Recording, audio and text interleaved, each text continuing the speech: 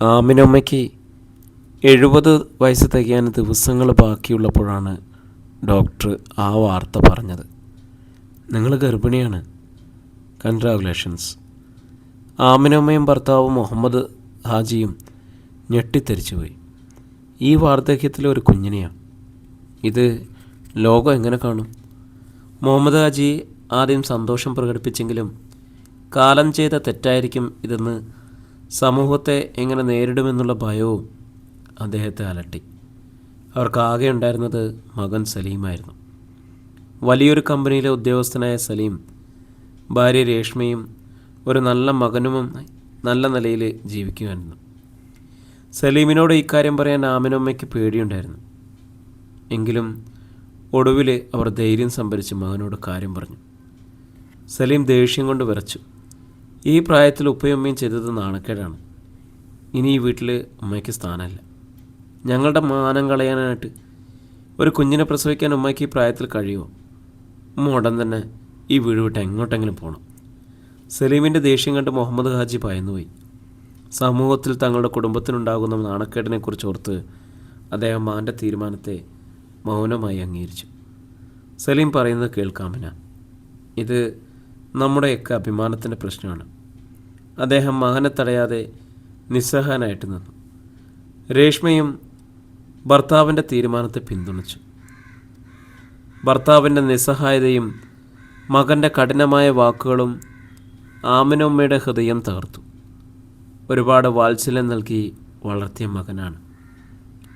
അവൾ ഒരു മറുവാക്ക് പോലും പറയാതെ കണ്ണീരോടെ ആ രാത്രി വീട്ടിൽ നിന്നും പടിയിറങ്ങി. വയസ്സും ഗർഭഭാരവും അവരെ വളരെയേറെ തളർത്തിയിരുന്നു. പഴയൊരു കൂട്ടുകാരിയുടെ സഹായത്തോടെ ദൂരെയുള്ള ഒരു ചെറിയ വാടക വീട്ടിൽ അവരഭയം തേടി. ആളുകൾ നൽകുന്ന സഹായം കൊണ്ടും പലചരക്കടയിൽ ചെറിയ ജോലി ചെയ്തും അവർ ആ നാളുകൾ തള്ളി നീക്കി. കുഞ്ഞിനെക്കുറിച്ചുള്ള ചിന്തകൾ മാത്രമായിരുന്നു അവരുടെ ഏകാശ്വാസം. ഇതിനിടയിൽ വീട്ടിലൊറ്റയ്ക്കായ മുഹമ്മദ് ഹാജിയെ സലീം അധികം ശ്രദ്ധിച്ചില്ല. തൻ്റെ ആവശ്യങ്ങൾക്ക് വേണ്ടി മാത്രം സലീം അദ്ദേഹത്തെ സമീപിച്ചു. മാസങ്ങൾ കടന്നുപോയി. ആമിനമ്മ ഒരു പെൺകുഞ്ഞിന് ജന്മം നൽകി. ആയിഷ എന്ന പേരിട്ടു. ആ വാർദ്ധക്യത്തിൽ മാതൃത്വം അവർക്ക് ഒരു പുത്തൻ ഊർജമായിരുന്നു. അതേസമയം സലീമിൻ്റെ ജീവിതത്തിൽ വലിയ മാറ്റങ്ങൾ സംഭവിച്ചു. കമ്പനിയിൽ വലിയ സാമ്പത്തിക നഷ്ടമുണ്ടായതിനെ തുടർന്ന് സലീമിന് ജോലി നഷ്ടപ്പെട്ടു. നിക്ഷേപങ്ങളെല്ലാം തകർന്നു. ആഡംബരമായി ജീവിച്ച അവർക്ക് ഒരു നേരം ഭക്ഷണം കഴിക്കാൻ പോലും ബുദ്ധിമുട്ടായി. വാടക കൊടുക്കാൻ കഴിയാതെ വന്നപ്പോൾ രേഷ്മയും മകനുമായി സ്വന്തം വീട്ടിലേക്ക് രേഷ്മ പോയി. സലീം ഒറ്റപ്പെട്ടു. കടക്കാരവനെ വേട്ടയാടി. ആ വീടിൻ്റെ പൂട്ട് പൊട്ടിച്ച് അവർ സാധനങ്ങൾ കൊണ്ടുപോയി. ദുരിതത്തിലായ സലീം സഹായിക്കാനായി ഉപ്പയുടെ അടുത്തേക്ക് ചെന്നു.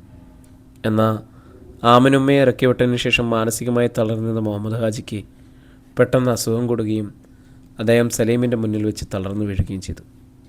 ഉപ്പായെ ആശുപത്രിയിൽ കൊണ്ടുപോകാനോ ചികിത്സിക്കാനോ സലീമിൻ്റെ കയ്യിൽ പണമില്ലായിരുന്നു. ഉപ്പായെ റോഡരികിൽ ഉപേക്ഷിക്കാൻ കഴിയാതെ അദ്ദേഹത്തിൻ്റെ പഴയൊരു സുഹൃത്തിൻ്റെ വീട്ടിൽ താമസിപ്പിക്കാൻ സലീം നിർബന്ധിതനായി. സലീം ഒരു നേരത്തെ ആഹാരത്തിന് പോലും വഴിയില്ലാതെ തെരുവിൽ അലയേണ്ടി വരുന്ന ഒരവസ്ഥയിലായിരുന്നു. മാസങ്ങൾക്ക് ശേഷമുള്ള ഒരു തണുപ്പുള്ള പ്രഭാതത്തിൽ പള്ളിയിൽ നിന്നും ഭക്ഷണം കഴിച്ച് നടക്കുകയായിരുന്ന ആമിനമ്മ വഴിയരികിൽ തളർന്നിരിക്കുന്ന ഒരാളെ കണ്ടു. അടുത്ത് ചെന്നപ്പോൾ ആമിനമ്മ അത് ഞെട്ടി. മറ്റാരും ആയിരുന്നില്ല, സ്വന്തം മകൻ സലീം. മെലിഞ്ഞ് കീറിപ്പറഞ്ഞ വേഷത്തിൽ രോഗം ബാധിച്ച അവൻ്റെ മുഖം കണ്ട് ആ അമ്മയ്ക്ക് സങ്കടം സഹിക്കാനായില്ല. സലീമേ, മോനെ. അവരുടെ സ്വരം കേട്ട് അവൻ തലയുയർത്തി നോക്കി. അവൻ്റെ കണ്ണുകളിൽ കുറ്റബോധവും നിസ്സഹായതയും നിറഞ്ഞിരിക്കുന്നു. ഉമ്മ, എന്നോട് പൊറുക്കണം ഉമ്മ. അവൻ്റെ ശബ്ദം ഇടറി. ഞാൻ ചെയ്ത തെറ്റിന് അള്ളാഹു എനിക്ക് തന്ന ശിക്ഷയാണിത്. ഉപ്പയും അവൻ പറഞ്ഞു പൂർത്തിയാക്കിയില്ല. ആമിനമ്മ അവനോടുള്ള സ്നേഹം പെട്ടെന്ന് ഉണർന്നിരുന്നു. വയറ്റിൽ കിടന്ന കുഞ്ഞിൻ്റെ കാര്യമോർത്ത് തന്നെ ഇറക്കിവിട്ട മകനാണെങ്കിലും ഒരമ്മയ്ക്ക് മകനെ ഉപേക്ഷിക്കാൻ കഴിയുമോ? സാരമില്ല മോനെ. അവർ അവൻ്റെ കൈകളിൽ തലോടി. ഉപ്പ എവിടെ? നമുക്ക് വീട്ടിലേക്ക് പോകാം. സലീം നടന്ന കാര്യങ്ങൾ കണ്ണീരോടെ ഉമ്മയോട് പറഞ്ഞു. ഉപ്പയെ ഉപേക്ഷിച്ചിട്ടില്ലെന്നും സുഹൃത്തിൻ്റെ വീട്ടിലാക്കിയിട്ടുണ്ടെന്നും അവൻ അറിയിച്ചു. ആമിനമ്മ ആദ്യം സലീമിനെ തൻ്റെ കൊച്ചു വീട്ടിലേക്ക് കൊട്ടിക്കൊണ്ടുപോയി.